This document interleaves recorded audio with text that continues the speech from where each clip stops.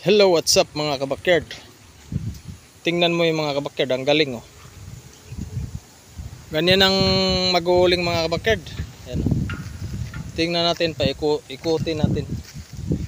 Tingnan mo ginawa ng mga ginawa namin oh. Yan oh, galing oh. Yan oh. Ganito lang mag-uling mga kabakyard. Panoorin nyo lang to. Pagpapasalansan oh. Ganyan ang magpasalansan mga kabakyard. Kung gusto nyo mag-uling, panoorin to. Paano magsalansan yan oh. Alam mo mga kabakyard, bakit ganyan ang pagsalansan yan? Kasi para hindi madurog ang kahoy. Pag nasunog na, hindi siya madurog. Ayun oh.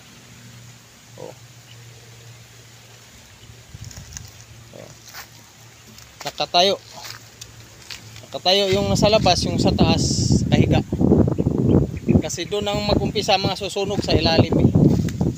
Ayan o. Dito sa ilalim yan sisindihan eh. May butas yan dyan. Magbubutas yan dyan. Tatanggalin yung ano dyan. May butas yan dyan eh.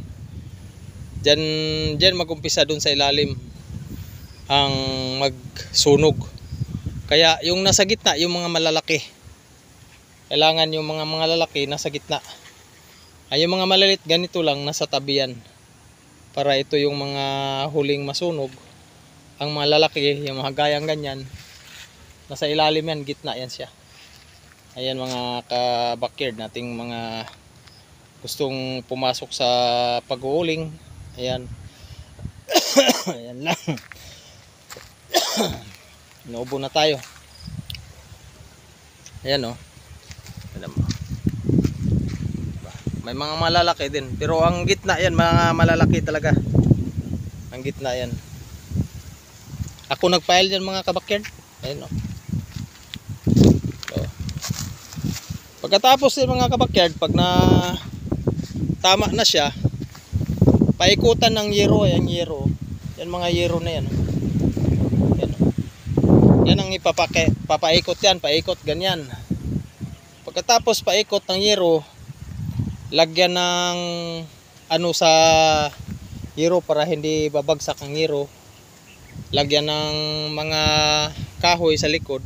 Tapos ito ang itatabon. Tabunan ng ano yan. Tabunan yan ng lupa. Ayan.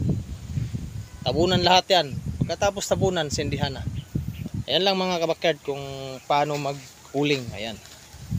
Ayan lang. Paikutan ng yero. Katapos ng paikutan ng yero, takpan ng lupa. Ayan. Tapos sindihan. Ayan ang mga kabakyard. Maraming salamat. Thank you for watching. Sa hindi pa nakasubscribe sa aking channel, please subscribe at share sa aking walit na channel. At gusto nyong matuto mag-uling, ayan lang ang paano mag-pile ng kahoy na mag-uling. Ayan. Kita nyo na, inikot na natin yan. Ayan. Maraming salamat. Thank you for watching. Bye-bye.